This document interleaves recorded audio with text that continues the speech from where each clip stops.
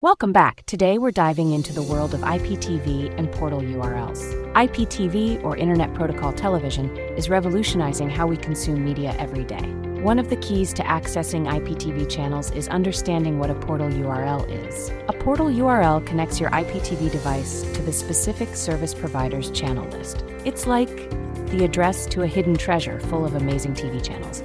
So how does one obtain a portal URL for their IPTV service? Let's have a look.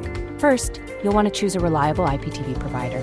We recommend 2tv.store. Sign up and log in to your IPTV provider's portal to access valuable information. Once logged in, you should be able to find your unique portal URL listed clearly.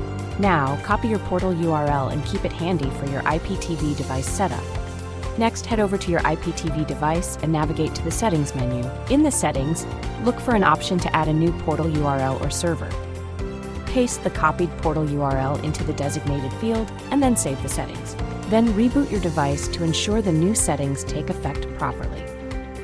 Once restarted, navigate to the Live TV section and browse through available channels. Congratulations, you're now ready to enjoy your favorite channels via IPTV. Remember, a reliable IPTV provider ensures a smooth streaming experience for everyone.